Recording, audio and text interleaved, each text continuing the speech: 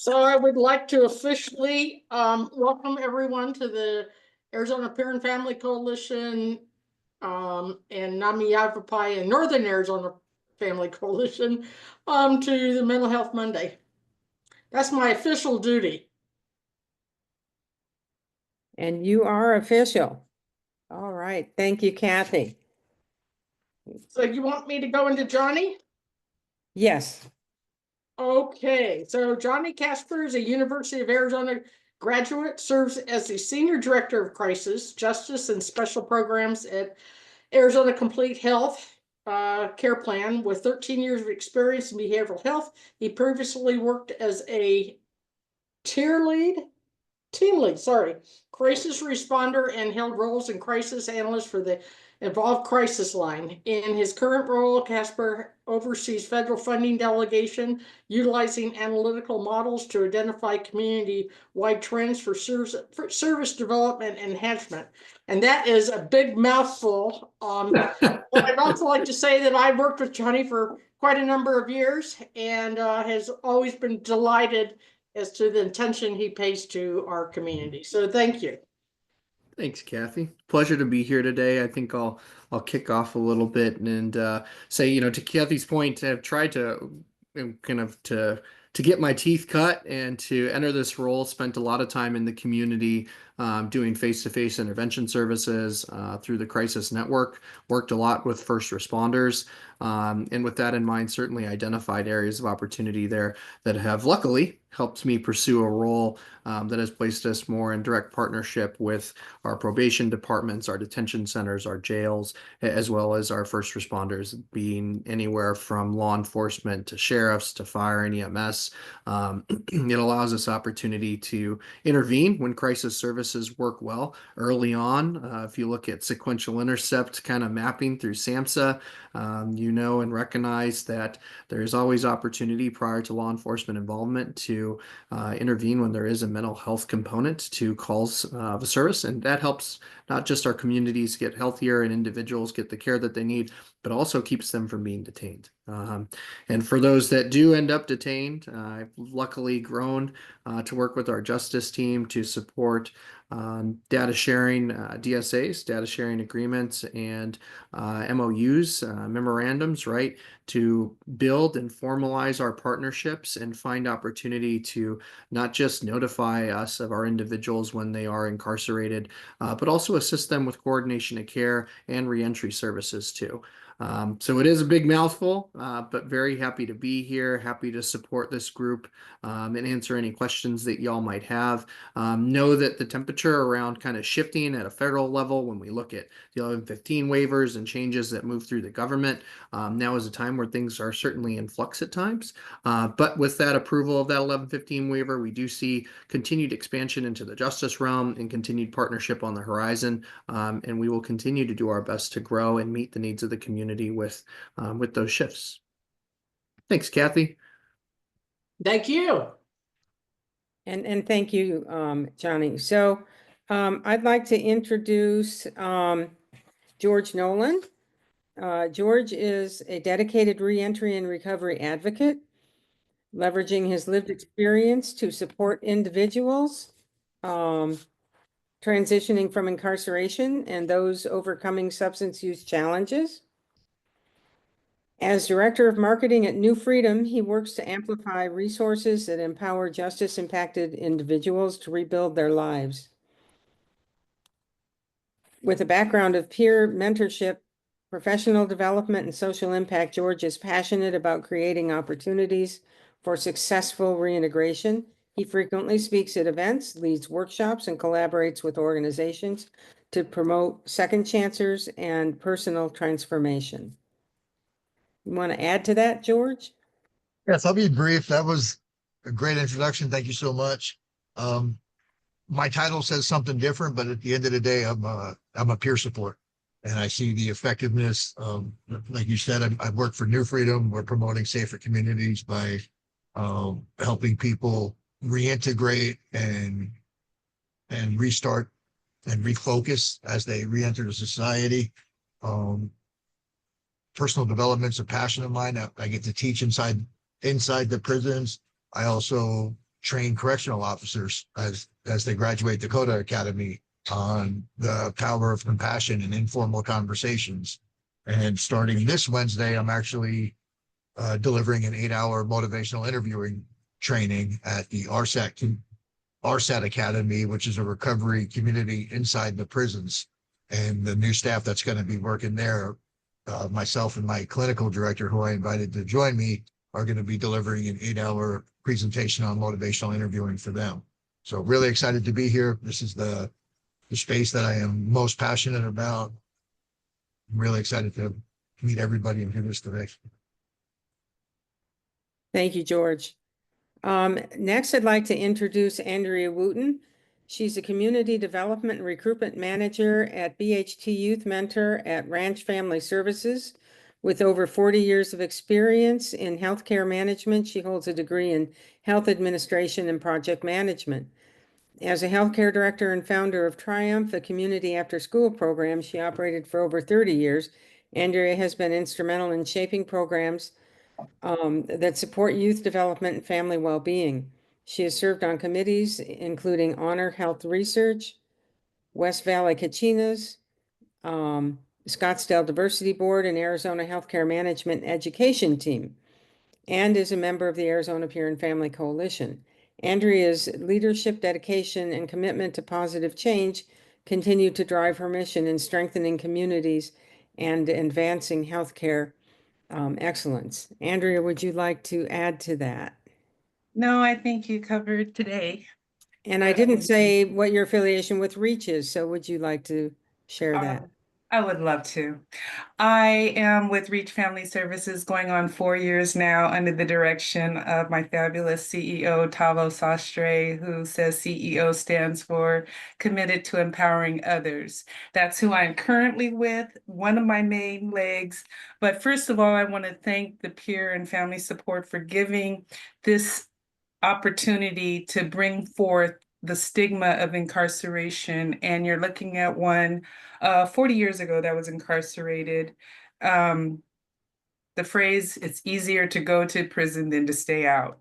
So with that being said, I just would like to really express how I am so happy that the stigma that we are going to be addressing with the coalition that we're putting together, a subcommittee, to have ongoing topics about the stigma about incarceration and recidivism and how it flows through the generations of your families as well. So with that being said, who am I? I am a woman, an individual born and raised here in Maricopa County, Phoenix, Arizona, deep, deep, deep roots. Something's not working, and I'm here to try to make it work. That's who I am. All right, thank you. So we have some real experts, and there's so much going on. Where would you like to start?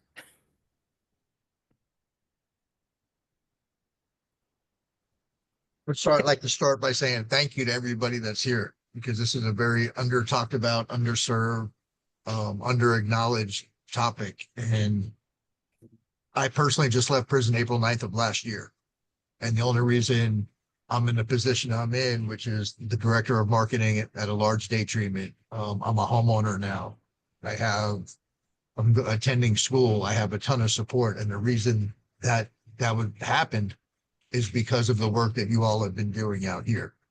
And I very, very much appreciated.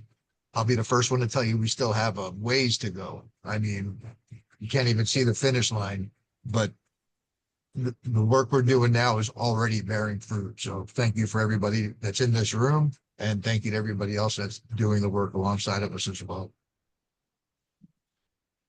And thank you, George. And you say you were in prison, and I know you've shared in other meetings how long you were in prison, and that now in your role, you're in and out of all kinds of a lot of prisons, but in a good way. Yes, I had the unbelievable privilege. I got to do actually got credentialed as a peer support through the Arizona Complete program while I was incarcerated about 5 years ago. And that credential absolutely changed my life. I didn't know what it was. I thought you ran 12-step meetings. Then I thought I was a drug and alcohol counselor. I didn't know what I was getting into, but I got into that. I went into that training, and at the time, it was one of the very few things that ADCRR offered that actually held value and actually had some quality information in there. And when I walked out of that credentialing and I had my very first on-purpose conversation, I knew I would do this for the rest of my life. And the addict and the behaviors that come along with that, for me, transferred into recovery. So I was able to push a really hard line, lean into things, and I was able to do some really cool stuff inside of prison. So the day after I got out, I was allowed back in. And I'm now cleared for all the prisons in the state. And I continue to go in and out of prisons, like you said. But the cool thing is I get to leave. It still feels really good to leave, believe it or not. But I get to go in there and do that work. And it's just an unbelievably awesome privilege. And on the flip side of that, you can't have a better prison just creating a better environment for the people that are incarcerated. You have to think about the officers and the support staff that works in there as well. So being a part of the process to educate, to learn, to empower staff has been extremely meaningful as well. Excellent, excellent. And Lynn, I want to welcome Lynn Montjoy is someone who isn't on the panel, but he could well be, works on the inside Yavapai County Jail. Lynn, welcome. And you want to share anything from the inside, the difference? I mean, in the county jails, are we seeing the peer support? Probably, I mean, it's a whole different length of stay and different things, but opportunities.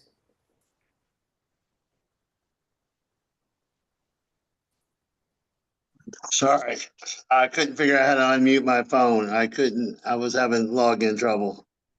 Can y'all hear me? Yes, we can. It's an honor to be here. I'm always glad to learn more and get on board with more people who have the same vision as I do, and remembering that we are working with human beings and not problems and statistics, and giving people the opportunity. And my biggest go-to now is that we have a lot of knowledge out there, but we need to work together to better implement and put it into action. Knowledge without action is useless. You know, if we don't have the application, then we're not accomplishing anything. So my biggest goal is to continue to grow in knowledge, but also learn how we can work together to actually make it happen instead of just talking. So these kind of meetings are beautiful for that, because we can all get on the same page and make things happen. All right, thanks, Lynn. Andrea, would you like to say anything about your lived experience and what you're seeing now? Yes, I would love to. My lived experience, I would like to see the stigma of the white collar crime broken.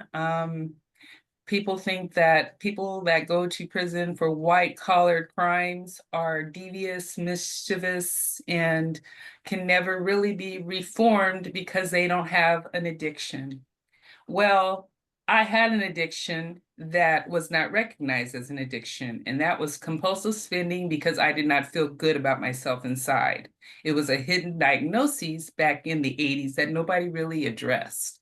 So my thing with white collar crime stigmas, I would like to break the cycle of helping identify what a white collar crime stigma looks like in a younger age that could portray and project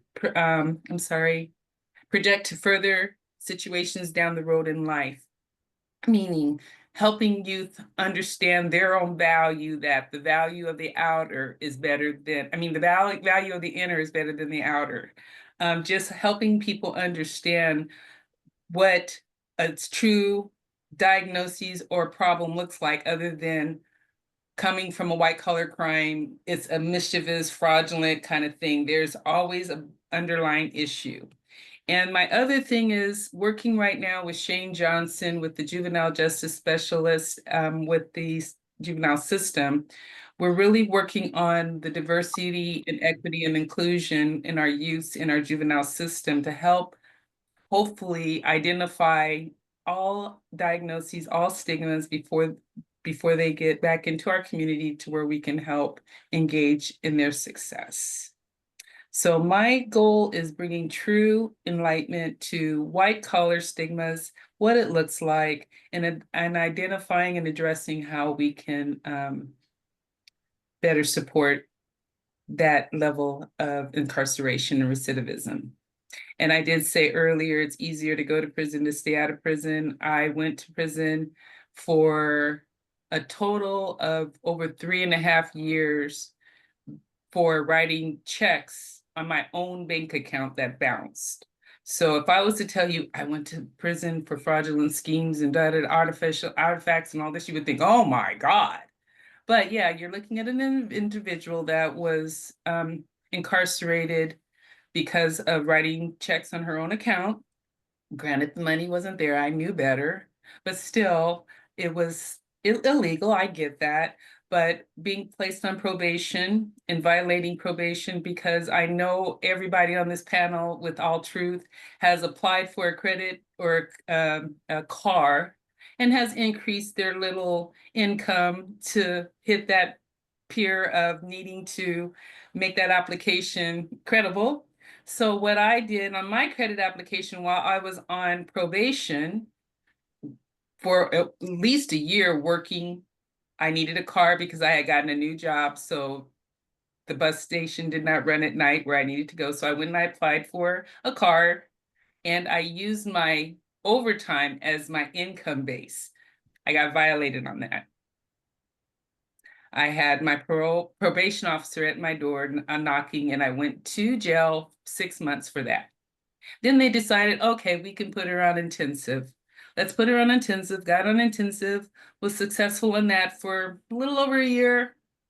Went to Safeway, I'll never forget the store, Safeway on Hayden and Osborne. I have post-traumatic stress syndrome still this day, driving through that area. Went in there, brought my groceries, bounced my check that I was allowed to have a checking account, even on probation, for 97 cents. I was 97 cents short in my account. I got a notification from my bank. Oh, you got it, like everybody does. I contacted Safeway that day, went down, gave them a money order that day with their fee. That night, I was arrested, taken to prison for 2.5 years. Oh my God. Violation. So when I say to you, it's easier to go to prison than to stay out, these are conversations that need to be spoken about. These are conversations that need to be real and addressed. How is this happening? So that is my fight, my push, my pull. I did not mention another society I'm working with, the African American Health and Law and Fresh Start, for instances like mine. We cannot let this happen anymore. I was robbed of almost 40 years of my life, and I'm so thankful right now for Reach, and not just because I'm working there or whatever, because this has given me this whole platform with the Arizona Peer and Family Coalition. All of you guys, Kathy, George, Lori, Aaron, all of you guys have given me a platform now as a peer support to get through my stigma and my situation. So thank you. I'm horrified. I've been talking to Andrea lately and we've been having sidebar conversations and stuff. And I'm just sorry, but I'm disgusted. This whole thing, this is horrible what has happened to you and just how easy it is to go back. And that is the stigma. Oh my God. And I do have a part to understand. I'm not looking for sympathy. I understand life. You go through things for a reason. And within the last 3 months, I know what my reason and my testimony is. And I did have the support of Scottsdale Healthcare recognizing and letting my background go and letting me do what I do today. And I'm thankful to them as well. Scottsdale Healthcare, AKA Honor Health, and Reach Family Services. So there you go. That's a phenomenal story, Andrea. Unfortunately, I'm completely on the other side of that.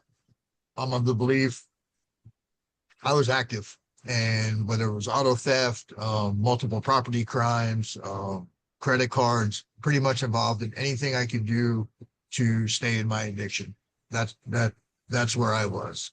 And on Friday, I didn't have the experience where I got pulled over and got caught with drugs. That wasn't my experience. My experience was doing enough stuff that multiple task force hunted me down and arrested me. And that's what I invited into my life. And on Friday, I just sat down and had lunch with the detective who did that 2 or 3 different times. And we got to sit together and have lunch. He's now the outreach over at Horizon, the BD business development rep at Horizon. And it's just such a surreal full circle moment that going from that experience to being able to sit and have lunch with Johnny now and call him my friend, it blows absolutely just, it was mind blowing. And it's really cool. And the stuff that you're doing inside the prisons today, while it's not anywhere close to enough, it's a testament to forward progress. And I've seen the people that have had situations like Andrea's, and you know, it's extremely unfortunate. And then there's the situations for people like me where justice looks like us going to prison. But if we're talking about rehabilitation, you can't lock somebody up, stick them in a cage, have them hate staff, have them treated bad, have them fear for violence every day, have them in a culture that accepts violence and promotes violence and rewards violence, and then open the gate, come home and say, welcome home, be better. And that's never going to happen. We have years and years and years and years and centuries of empirical evidence saying that approach doesn't work. On the other side, you have the old school mentality inside the prisons, in criminal justice, even on the streets, even in healthcare, where they're not worth it, they'll be back anyway. Well, I don't just come back anyway. It doesn't just happen. In order for me to come back, I have to harm another community member, whether it's stealing their car, whether it's a sexual crime, whether it's a property crime, whether it's a violent crime. I have to, once again, harm another community member. So that attitude of saying, oh, screw them, they'll be back anyway, you're not really saying screw me, you're saying screw that next community member. And being able to change that mindset is something that I focus on heavily, especially when I work with corrections and their staff. Because if you got into this for public safety, if you got into this to make a difference, like most of them said on their applications, then we have to change that mindset.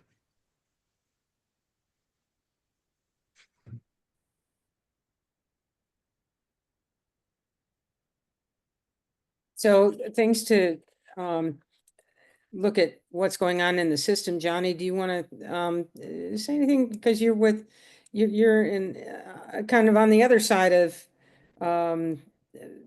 some of this with what your role is. And I just wanted to see, you mentioned the sequential model. And I don't know if there are enough people that aren't familiar with it to maybe give a very brief, just a show of hands, who knows what that is?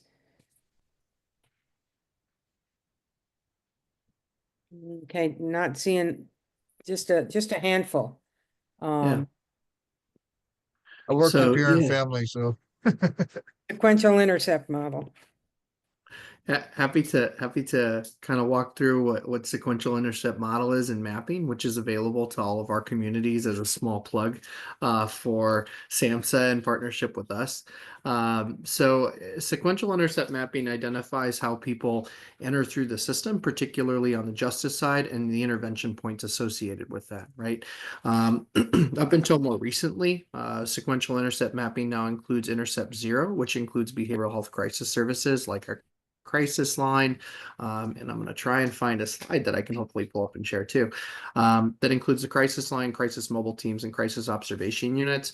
So I'll share that in my experience, again, in the community when I did crisis response, I was happy to see first responders. We have a robust system in Arizona that allows a lot of folks to access care when they engage through a first responder. But when that care doesn't exist, particularly right when it's still being built, we default to things, and particularly law enforcement will default to things like charging people with misdemeanors, such as trespassing charges, which is something that, again, keeps an individual away from care, and does hinder their ability to get better, right? So that's why we're so heavily focused on crisis services and Intercept Zero. But in addition to that, why we do our best to try and continue to grow services and awareness for our first responder communities as well statewide.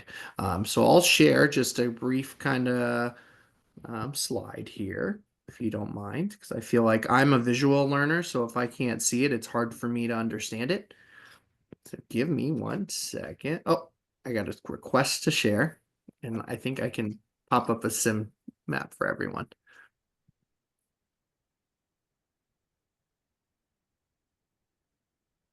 All right. So you all should be seeing my screen here in just a second. So this is a sequential intercept map. Again, this is put forward by the SAMHSA Gain Center. It's something that they offer to all of the counties and communities in the US presently. As you'll see, kind of the behavioral health crisis side is focused on that zero. So prior to dialing 911 and engaging with law enforcement. But even after that, there's multiple intervention points where we can provide support as a health plan and as a partner, right? So I think from my perspective and from a health plan perspective, we review this often as a team to remind us that we shouldn't just be supporting people during reentry. We shouldn't only be supporting people through crisis prior to the 911 call, right? There's an intervention point at each of these intercepts that allows us to engage and better serve the communities, whether that be 911 co-locations with behavioral health operators at Intercept 1, which is new to Northern Arizona more recently, or when that's us trying to assist folks during initial court hearings, when we're notified on the justice side of the house, and coordinating with outpatient service providers if someone has additional support, or if it's Intercept 4 when we're focused on reentry services and leveraging wrap type care, reach in services to ensure that folks, when they're returning back to the community, have access to care and system awareness. At each of these points, we always try and remain focused as a plan and trying to review this as a team to say, if we're not supporting each of these, if we're not doing some kind of intervention and interfacing with either law enforcement, the courts, the ADCRR, juvenile justice, if we're not engaged with probation, then we're not really doing our job to the best of the ability, right? We should be focused on intervening at each one of these points because it always provides an area of opportunity for us to better support our community stakeholders as well as the members themselves. Thank you for sharing that. And you can find this map on the website. I think yeah, several different websites you'd be able to find it, or just Google if you want to print it out, have a copy of it. So I want to ask the folks that are working like George or even Lynn, is it working? Is that model being adhered to? Are you seeing a difference? Is it happening?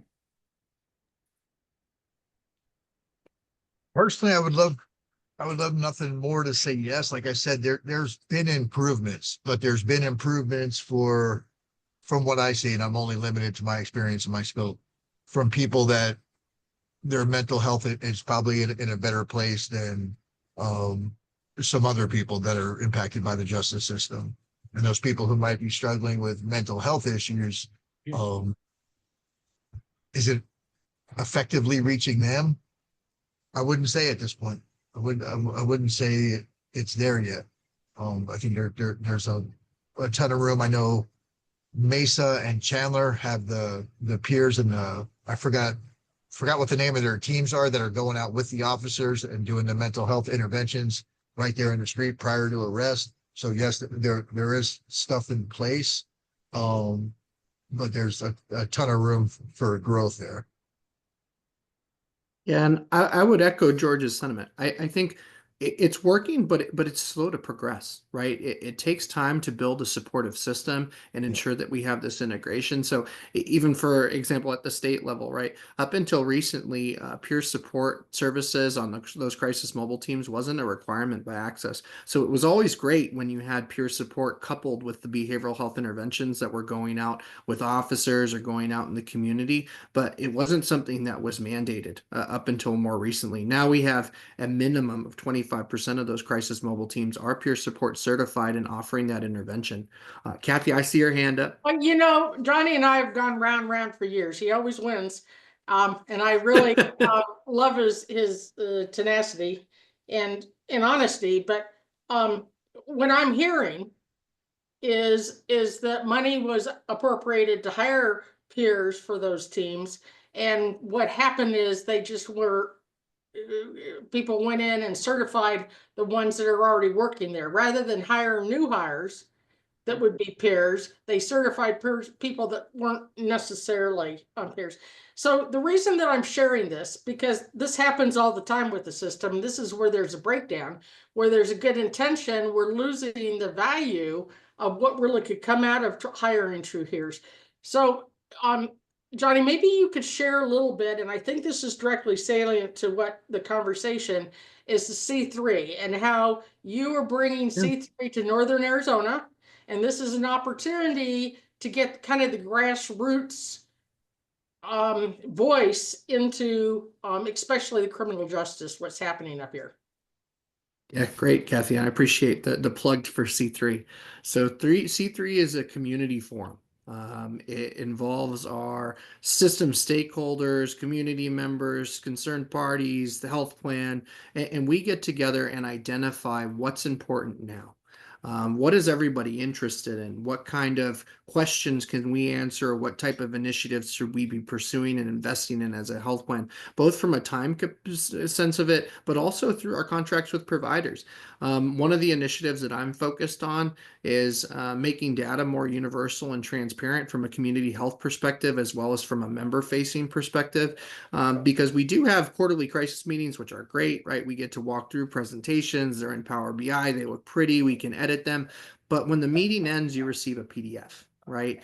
And that just isn't as useful. It's not as tangible when you want to know what's happening in your community, because outside of the meeting, if you have access to that dashboard, you can drill down as far as a zip code so you know what's happening in your community. Is substance use up in my county? Is substance use up in a certain zip code in my community? Are we seeing more law enforcement contacts for behavioral health crisis calls coming out of a certain area in a county? That exists in that dashboard, and we do highlight it on a quarterly basis.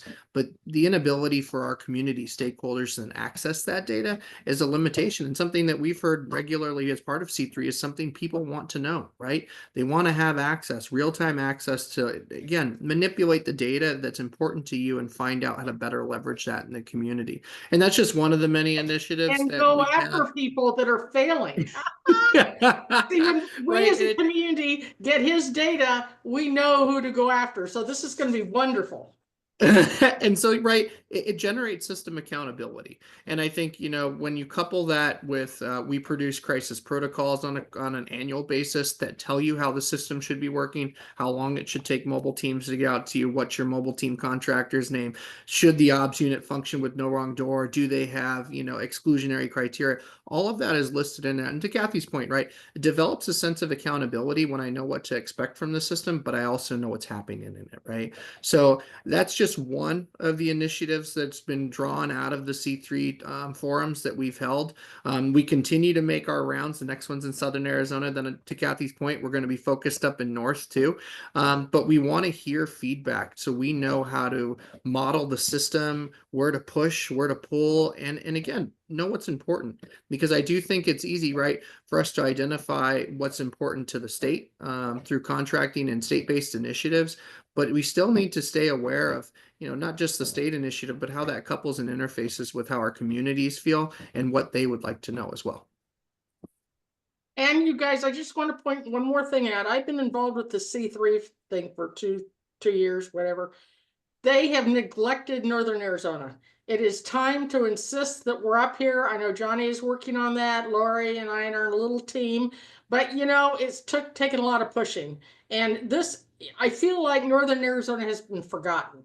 And Johnny's finally coming up here and others that are going to help us, because this is going to be very important to our community and getting change, because right now we have just a tight-knit group of people that make a lot of the decisions. There's not a lot of outside input or communication, and we need that. Woohoo! All right, thank you. Yay. So I see in chat, Annette has put a website. Thank you, Annette, for a website to SAMHSA with the sequential intercept model. And Johnny, you're saying you're going to send a PDF flyer on now for what? For C3 that can be Okay. shared with all. Okay, Yeah. and then I can get that sent out. And we have Ebony just joining us. Ebony is connecting to audio.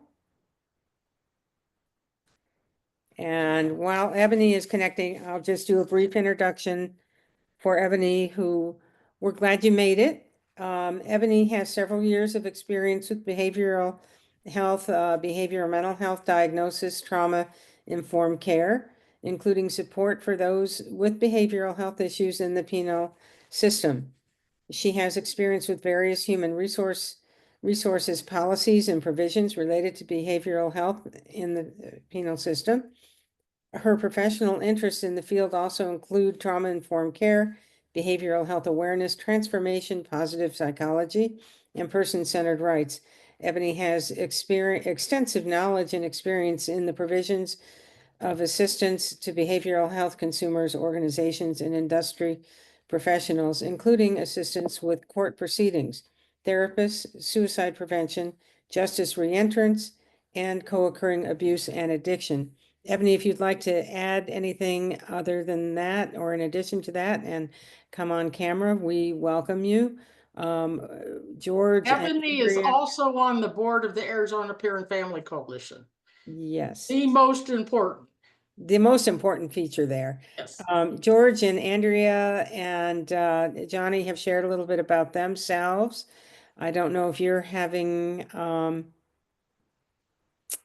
computer problems. Technical difficulties. Technical difficulties, okay. So maybe your video, maybe you're not able to use video today, and we'll just hear you if that works. Do what works, but anyway, we're glad you're here. And Johnny walked us through the sequential intercept. We've identified that, it's a work in progress. All right, so All right, can you guys hear me? yes, we can. I'm so sorry about that. The only thing, and thank you so much for the introduction. The only thing that I would like to add is that my experience also includes advocacy, and it starts at early intervention and ends at hospice. So if I don't know, if I can't help someone, I'm guaranteeing you that I have the ability to pull rabbits out of my pocket and I can point you in the right direction.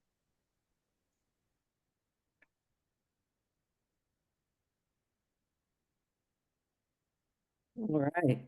So where are we seeing the gaps? Are we seeing improvement? What can we do? What needs to be done? Education. Staying in the faces, getting the word out, understanding what they're not understanding, them understanding what we're not understanding, communication. And I'm going to say at this point, Aaron Soto, please pipe up and talk about our coalition, our little That was team. beautiful, Andrea. What's that? It was so natural. All right. Good morning, everyone. I'm Erin Soto. I am a peer and family member. And this was perfect timing, right? I'm sitting back listening and I'm like, ooh, I'm taking my own little notes. So part of the coalition is we have a committee, and the committee is leading with diversity, because out of a lot of dialogues came a group of people that said, hey, we have things that are valuable to be shared, spoken about, and other people in the community might want to connect as well. So Andrea, George, Ebony is also on the subcommittee. April 25th, the coalition will be hosting a virtual roundtable called Did You Know? We're hoping to have about 4 of these per year, but it is designed to be a platform for sharing the value of lived experience in this space. We're going to start with re-entry. I'm going to ping it back over to Andrea and George in about 30 seconds, okay? But April 25th, we'll have a flyer about it. It will be for an hour. And the purpose of it is to have that open communication. And this might be for people in the community that are working in the reentry system or have an interest to learn more and don't know what a peer support is, or are not familiar with what family support is, the difference. So it is going to be a platform to kind of share updates, share that personal piece, navigating that system, and then hopefully, give some new terminology, give some resources, but that connection with the greater community. So we will get a flyer out soon, but that's going to be April 25th for an hour, and it will be held virtually. And the first one is, Did You Know? George or Andrea, do you kind of want to talk about that piece? How did we come up with Did You Know, and give a little example? Sure. So did you know there's common misconceptions that are involved with reentry. For example, I was told that you couldn't get a level 1 fingerprint clearance card while you're on parole or probation. Well, did you know you can? I got one right here in my wallet if you'd like me to show it to you. So kind of getting that those stigmas moved out of the way and getting the information out there that's accurate rather than popular belief. And something that I can share with you, because I'm 90% sure it's been brought to fruition, we're going to have 2 other people joining us on that. And both of these men will never experience reentry. They're never going home, but they work in reentry on the RSAC community, and like this close to having it approved. So they're going to talk about their experiences and the education that they're doing inside the prisons as well.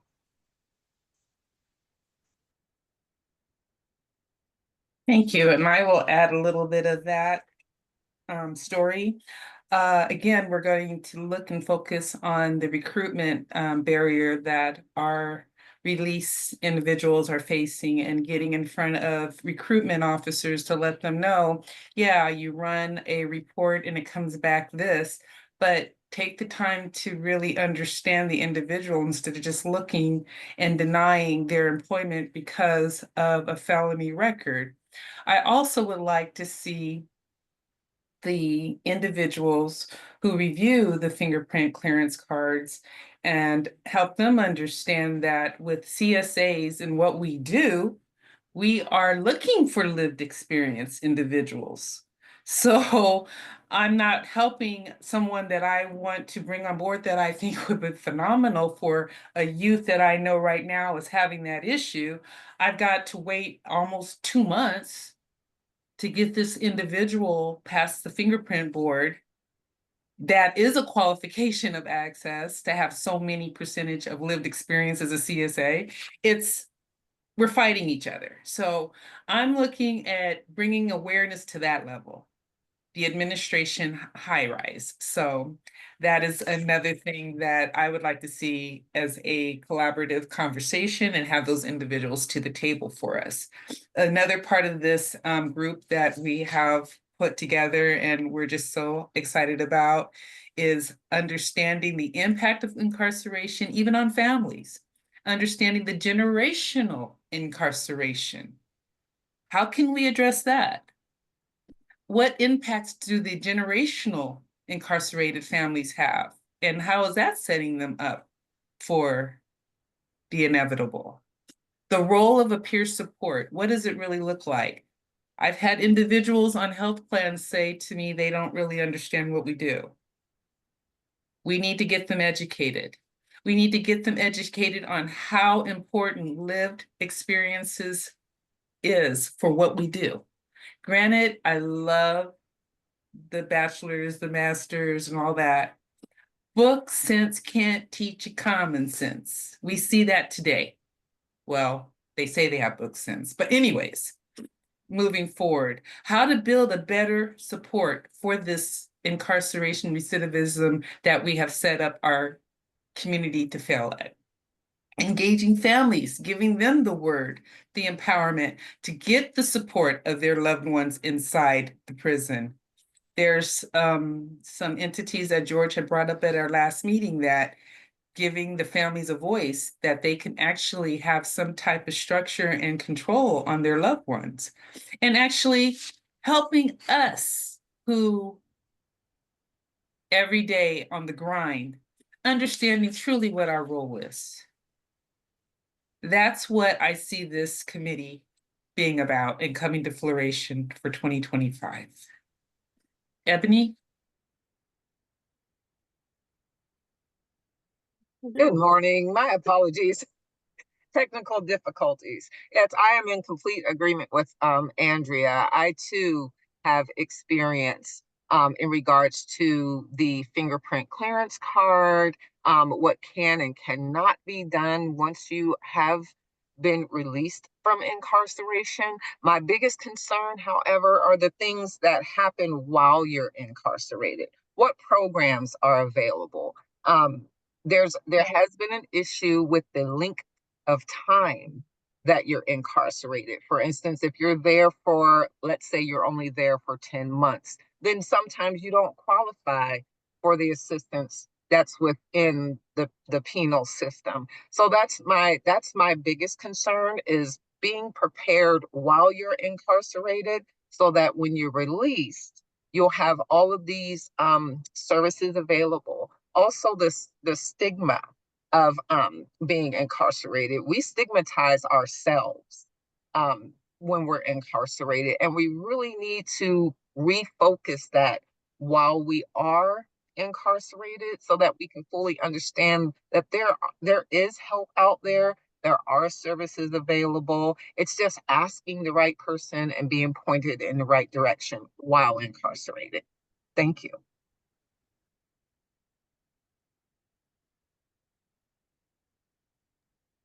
And I feel like, just as a segue, I'd be remiss, as we're talking about reentry services, not to mention and highlight kind of the approval of CMS late last year for that 1115 waiver and services that were extended. Happy to share it here as well, kind of the PDF from the access file and the CMS approval. It also includes some transportation notes, but again, the pre-release benefit package, just want to make sure that folks are aware of that and tracking that as well.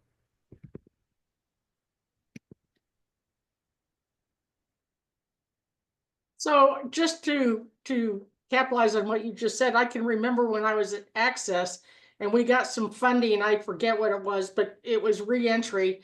And one of the big issues was getting ID for people before they left.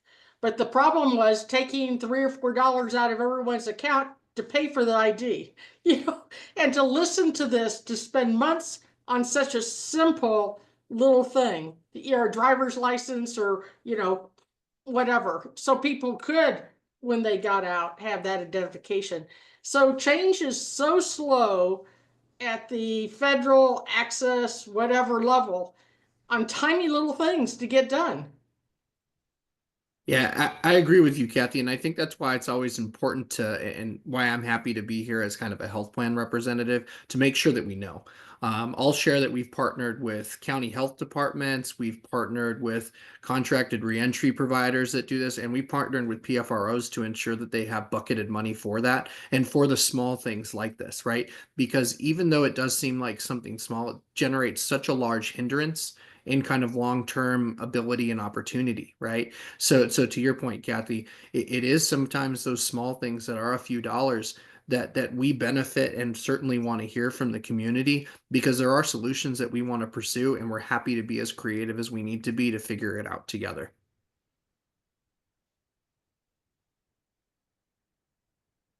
Yeah, and then also the other part of that, when things change like that does come along, the amount of training that does or doesn't go into staff to let them know, hey, this happened. Like currently inside of prisons right now, at I believe 11 months prior to release, there's a nonprofit called the InsideOutNetwork.net, and people that are incarcerated are technically supposed to be allowed to get signed up on there so they can start connecting with resources that are out. And while it is disseminating and it is becoming more familiar inside the prisons, there's still a huge gap in whether or not that happens.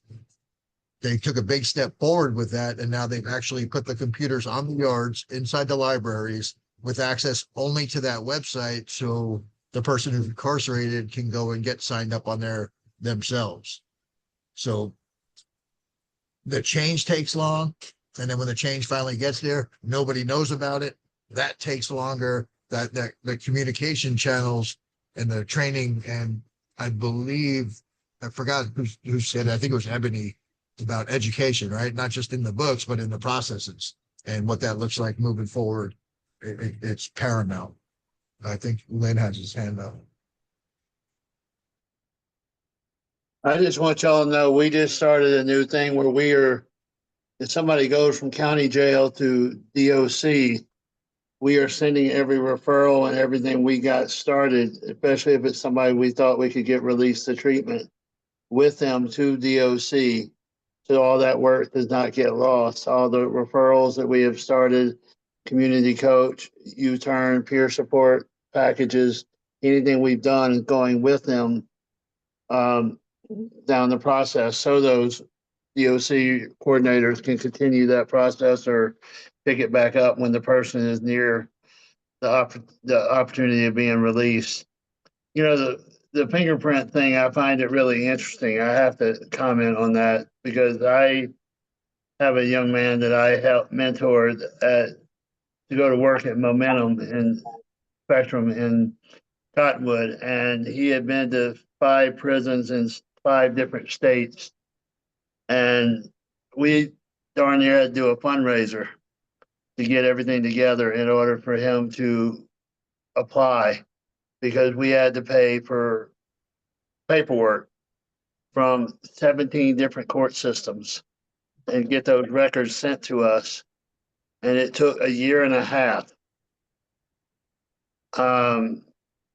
But I tell you what, he's been there 2 years and is doing phenomenal. And this is a guy with many assault charges and the whole 9 yards. But then Maverick, I have a young man that I helped get a job there, been there 3 weeks. They promoted him to operations manager and just fired him on Friday because of background check. You know, and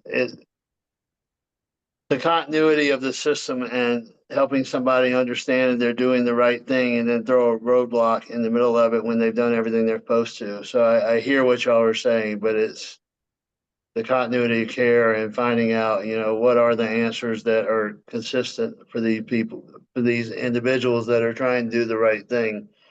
And they do everything right. And then we throw, you know, because those roadblocks is what caused them to go back to prison. They give up, they get shame spiraled, and they, you know, the hell with it. Why bother? And that's where we're losing people, with the why bothers. We're not giving them the continued hope that they need. You can give them hope in the beginning, that's great. But if you don't continue that support, because they need that in order to get through the hard times. Life goes on, whether we're clean or not. So true. I do have a question for you, Lynn.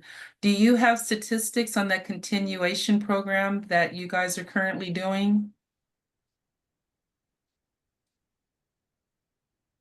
What, when you say continuation program, you just talk about the records that we're sending to DOC? Yeah, when they're released, going over to DOC, do you have any statistics showing the success of them being able to continue on with the documents, their referrals, your handoff? There's my word. Excuse me. I get lost for words sometimes. Your hand. I would have to check on that. We just started that a month ago, to be honest with you. So I don't know if there's been enough established information to having statistics yet, but I will talk to Bea and a couple others to see if we have any numbers on that yet. But we literally just started doing that about a month ago. And if you know if you're the only one that does this process, because it would be beautiful to take that information and show other correctional facilities how the handoff works and how that inmate feels that they're just not being pushed out of your coop into another coop. So I would find I that think we have a statewide committee regarding the reentry program from the county level to DOC, and I believe most people in that committee are informed of this process because the DOC and the feds actually sent some people to our meeting, and that's where this all got started. But I am old school in the sense of misinformation or misrepresenting. I want to be real careful not to misrepresent any of that and just speak from our perspective of what we are doing here at the Yavapai County level. Thank you so much. That's really interesting. There's two things I wanted to ask you about. Do you know who or what department inside ADCRR is getting that information?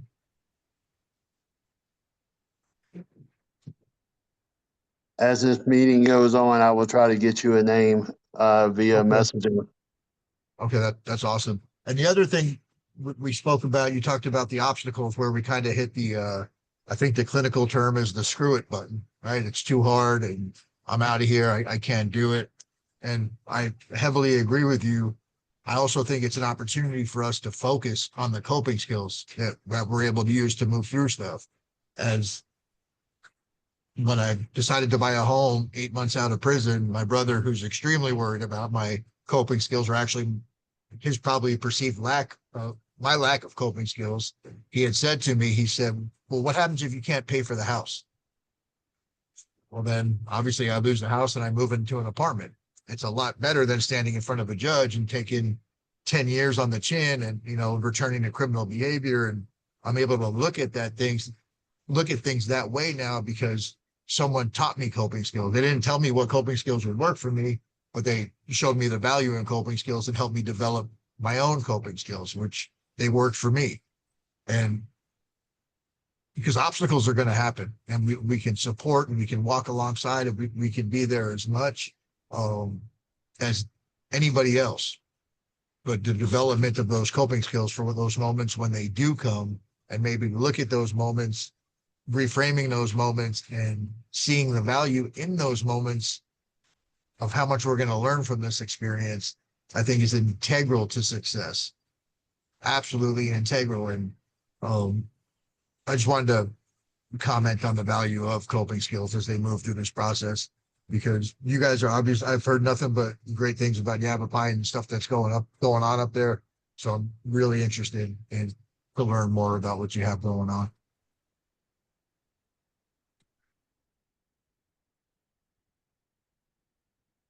Thank you. The sheriff department here is very invested in everything y'all are talking about and continuing to increase the opportunity for those that are incarcerated and reducing our recidivism rate. It's the most amazing thing I've seen in my 25 years of being in the field, the amount of dedication to making a difference. James? James Tobin. Hello, guys. I just, listening in, it's been an excellent opportunity to listen to you guys. If you don't know me, I work for County Health Department. I help oversee the Connection Center outside the jail in Prescott. Work with Lynn, and on boots on the ground level, wanted to share a story with you.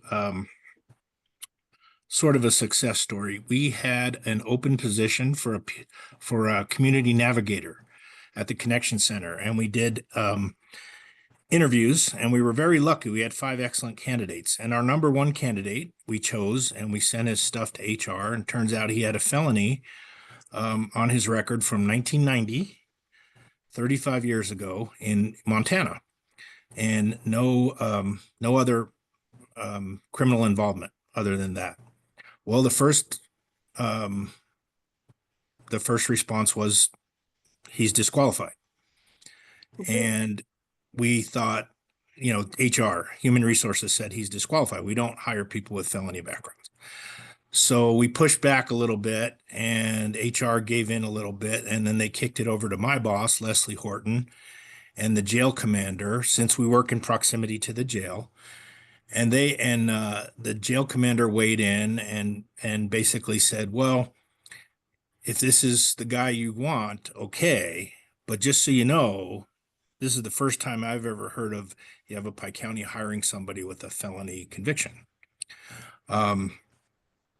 He kind of had to throw that caveat in there. And it would have been really easy for me or anybody else in the process to just say, you know what, let's just take the easy road here. Let's just skip him because we have we have 4 more good candidates. Let's just skip him and move on.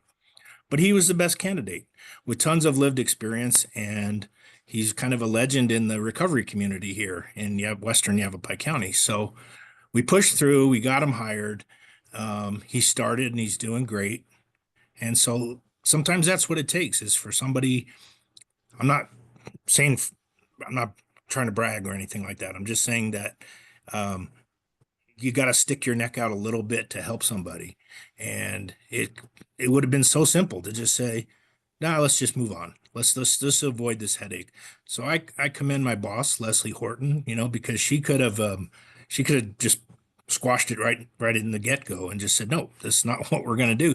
And she did say she had a prior experience of sticking her neck out a little bit to hire somebody many years ago when it did not work out too well. So she was still willing to give me that trust, and so far so good. So I thought you guys would appreciate to hear that story. So sometimes that's how you make system changes, right? Just one thing at a That's time. what it takes, James. Thank you so much for sharing that and for sticking your neck out too. Because, a lot of this is who you know and your contacts and people willing to speak up. And that's why I think this diversity stuff is so important, because you're developing those contacts. And thank you. Thank you. It's beautiful. I kind of want to add on that too, because that's phenomenal when that stuff happens, right? The stuff that comes from hiring formerly incarcerated. There's something that's not really talked about, but most of us make about 45 cents an hour in prison. When you're given a shot at a company, when you get out, knowing all the barriers, that breeds a pretty healthy amount of loyalty. Hey, they gave me a shot. My very first job out of prison was with Peer and Family. I had some other opportunities open up, and I've moved on since then, but I still interact with them whenever I can. Me being a part of this meeting is a direct result of my interactions with Peer and Family. And ADCRR, we kind of got to give credit where credit's due. They talk about reentry and fair chance and second chance employment. Well, they're walking the walk. They hired a guy 5 weeks out of prison, and he's working up at central office. 4 months later, he's doing amazing. They've offered me a position a couple of times. Unfortunately, it's not for me, but they're willing to do that. Not that very many people know. A friend of mine who's been in prison twice is now the deputy warden out at MRC, overseeing the entire facility. And that's brand new. It just started a week ago. They're seeing the value in it. So they're not just asking companies and organizations, hey, hire these people, they're great. They're doing it themselves. The RSAC communities, the recovery and substance use treatment communities inside the prisons, they're facilitated by peers and program managers that are all formerly incarcerated. The steps that they're taking to show that, hey, we're willing to do it too. It's absolutely, it's a game changer, and something I'm going to say in this meeting, because this is the meeting to say it in. If you guys, anybody in this room wants to do something inside the prisons, now is the time to do it. I have a great relationship with that director. He is 100% about meaningful engagements and promoting change and making safer communities. He's not he might be a politician, but I've been in the rooms with him. he says the same things privately that he says publicly. And he absolutely walks the walk. So great job on that, James. It's phenomenal. It's a game changer. You change somebody's life that day, not just theirs, but their families, their friends, their coworkers, their neighbors. That's awesome, man. That really fires me up, man. I would just like to say, I think we just have a new segment in our newsletter honoring and when we're talking, I'm always thinking, guys, honoring those companies, organizations, the Johnnies, I'm sorry, Johnny, kudos to you too, but James, the organizations that hire individuals with lived experience and giving them a shout out. We don't need the individual's name, just the organization. I think that is a phenomenal. We need to put James' name in there. Would you write that, Andrea? Pardon? Would you write that? Would you Yeah. write that, James, and we'll put a little thing in the newsletter. Yeah, I think that's huge. Oh, I mean, and get a mugshot of him too with that hat. turn to the side, James. Let's do it. Do you mind, James? Yeah, you don't need to put my name in the newsletter. You can just put that something about the Connection Center, is Okay. practicing what it preaches or something like that. But yeah, Yes. leave my name and picture out of there. Okay, I think we were I- kidding. So, okay. Practice is what they preach. Okay. Okay, thank you. Just a moment of thought there. I want Yeah. to, on one thing, if I can, that if y'all don't understand what the Connection Center is, it is a facility that's run by James and the county health department with navigators, but it is 15 feet outside of our door. And it goes back to this shame thing. Instead of walking to the gas station, or instead of walking to the corner or to the edge of the street and trying to figure out what do I do next, these people were walked into a building with leather couches and internet and phone chargers and snacks and clothes and shoes and opportunities and rides home. And instead of walking out immediately into that shame, they're walked out, treated as a human being and no longer a number. That makes a humongous difference. So I want to give a big shout out to the kudos of what they do over there. And just that simple step of not walking to Quantico and calling the drug dealer instead of a peer support is saving lives too. I've also heard a rumor that a lot of people bypass that little center, but a few weeks later they come back. James, you want to say anything about that?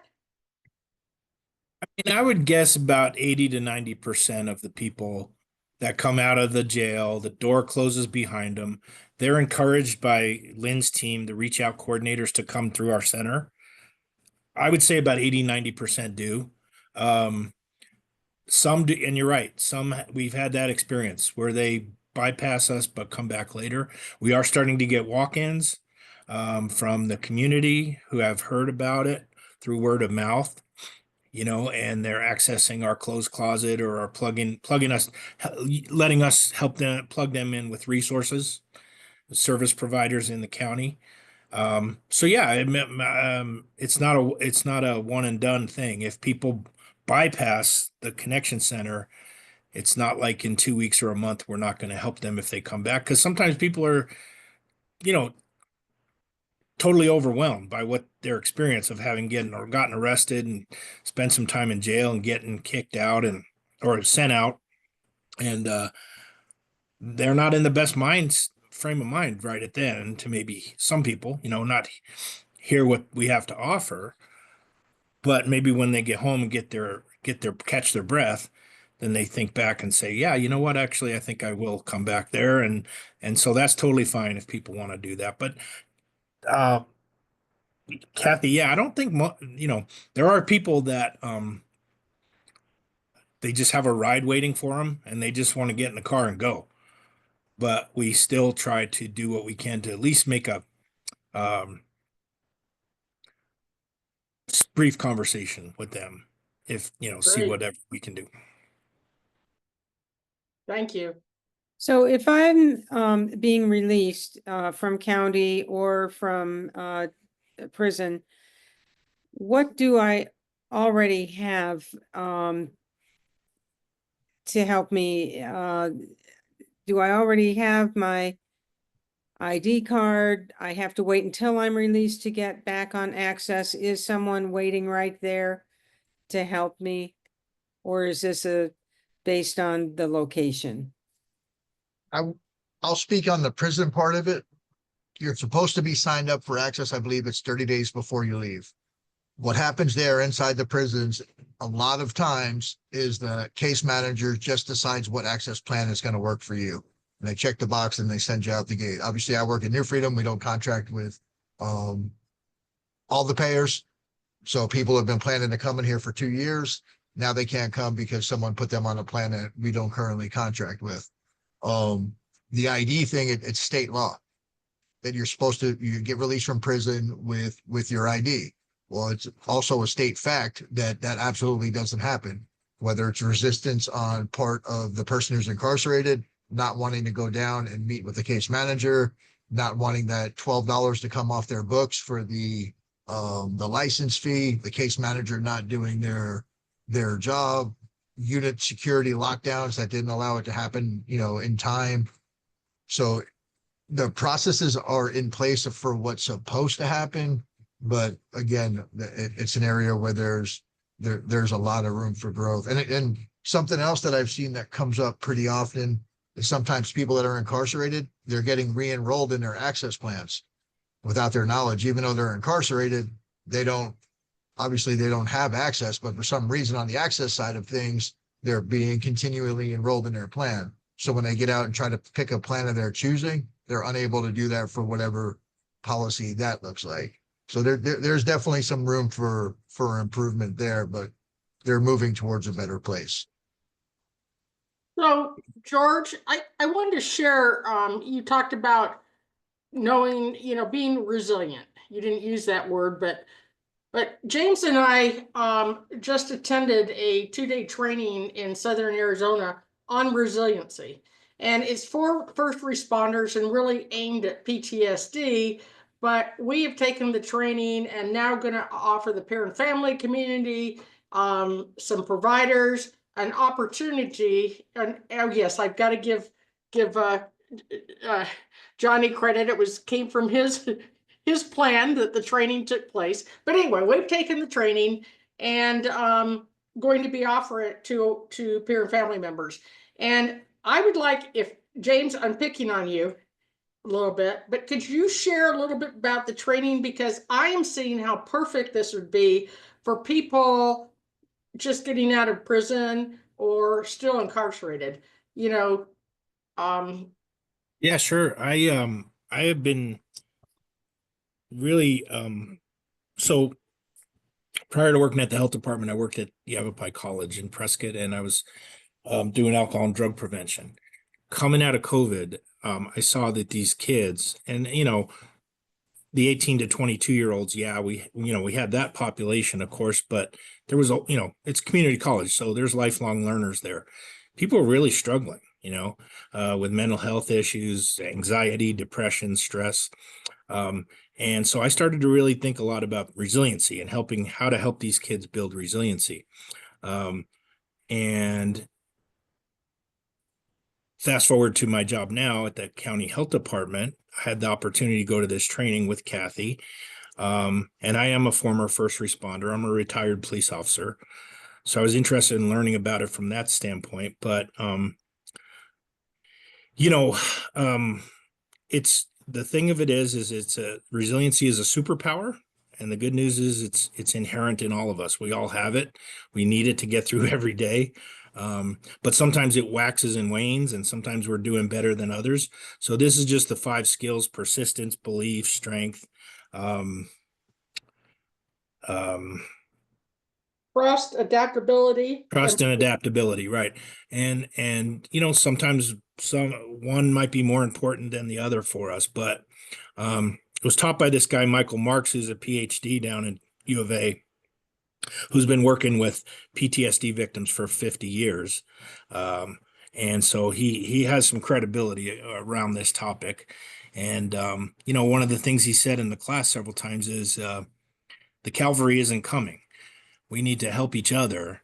All of us who do this work, So I'm excited to have an opportunity to present the training to anybody. We're going to start with my peers that I work with at the health department, who are going through a lot of stress and anxiety right now because of funding issues and grant issues and getting funds being cut.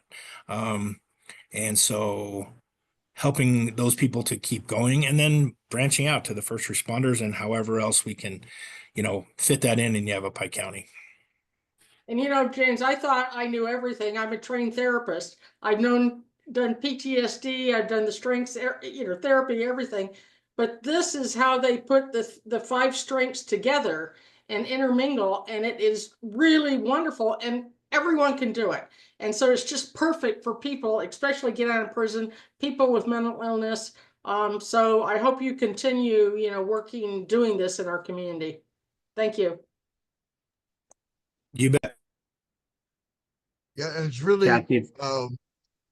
James, you talked about the 10% of the people that walk on by, right? And they don't ask for resources, or they got a car, they got other places to go. When we talk about resilience, the correlation between resiliency and a strong network are humongous. And then a lot of us leaving incarceration, I personally, all of my wealthy friends, all of my friends that are established, that are doing good, they all have mentors and they all ask for help and they all do it because they see the value in it. When you're coming from a place, I'll use myself as an example, a 49-year-old man getting out of prison, I don't even own a pair of socks.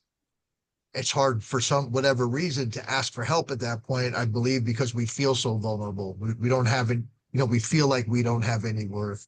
So encouraging and showing that correlation between resiliency and a powerful network, even if you take the word support out of there, just a network can really, I think, increase someone's chances for success, their ability to maneuver through those obstacles in those situations as well, and maybe to pull over and walk inside the facility that's outside of the jail that's offering services, not because you need them, but because a strong network is going to help us to be more resilient. Okay.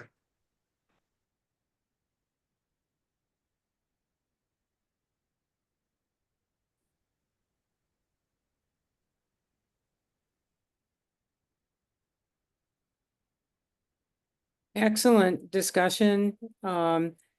Any points anyone would like to bring up to kind of wrap this up? Any questions, any comments? Yeah. I'd like to. Oh, yeah, go ahead. No, Are you sure? a positive. Okay. I'd like to share just one thing. I do a lot of work on LinkedIn, and a while ago, I had put on a post about the value of working in prison. I got my job as a peer support, and it literally changed my whole entire life. I found my purpose, my passion in it. But it also taught me work ethic. It taught me accountability. It taught me all kinds of soft skills and even hard skills that I was able, DAP notes, group notes, that kind of stuff that I was able to take with me out there. And then I didn't expect it, but this post blew up. And all these people were appalled that people were working for 45 cents an hour and the mistreatment inside prisons and this and that and all over the board. But I noticed as I went through these posts, and there was quite a few of them, all of those people actively work for organizations that don't hire justice impacted people. And then the people that were on the post that saw the value in it were the people like me, the people who had lived experience, who learned how to run heavy equipment or work on a chicken farm, and teamwork, get along with others, conflict resolution. And it was just amazing to me, the disparity of the people who just wanted to say the stuff that's happening in prison. It's, I don't want to use the terminology, but labor that's hardly paid for. It's exploitation. It's this, and they were so offended while they're actively working for places and in organizations that don't even hire justice impacted people. And I think just shining a light on the action side of things, like Lynn talked about before, the meetings are great. People in this room, obviously, we're all taking action on a daily basis, most of us in our roles. So it's great for that, but there's a lot of noise and not enough action. Well, it's like kind of like that rock and roll song, a little less talk and a lot more action. It really made me, it just really showed me where the world is, that the people with the biggest problems are the ones that aren't doing anything about it. So I'm glad I'm in a room full of game changers that are actively doing stuff about it. And I'm super proud to be a part of this group. I agree, George. I'm going to have my last statement of this has been a phenomenal hour and a half for me, for you guys to hear my story, my voice. And for what I have to say at this point, what I would love to see is a call to action, get involved with the recidivism, get involved with knowledge, getting the connection out there. Let's connect the puzzle pieces to where we can, as a community of Arizona, come together and spread the awareness in our community and to keep the resources going.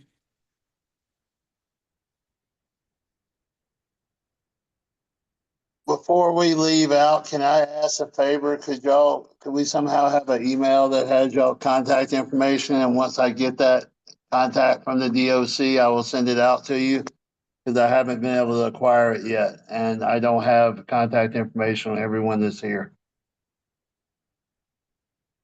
George, do you want to put your contact information in the chat for Lynn? Will that work? Is that what you need, Lynn?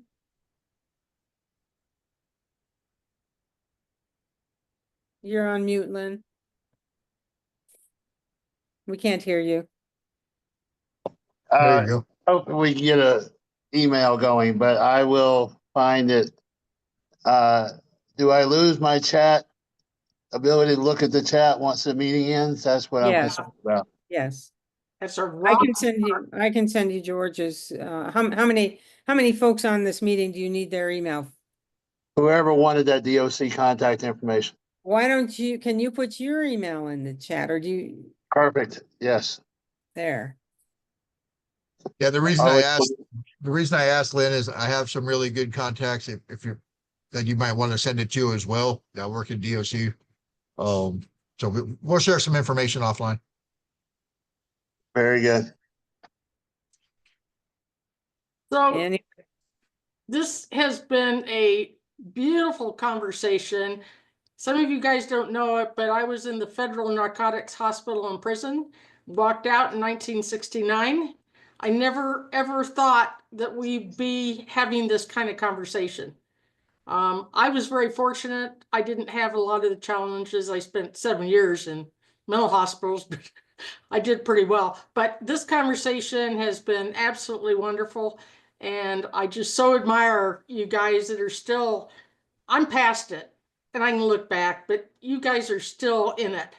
And so thank you. Thank you so much. And thank you, Lori. This was a wonderful topic. And putting this together and getting the players, and I think we should continue this conversation at different levels. absolutely. So thank you, all the speakers and everybody for participating here.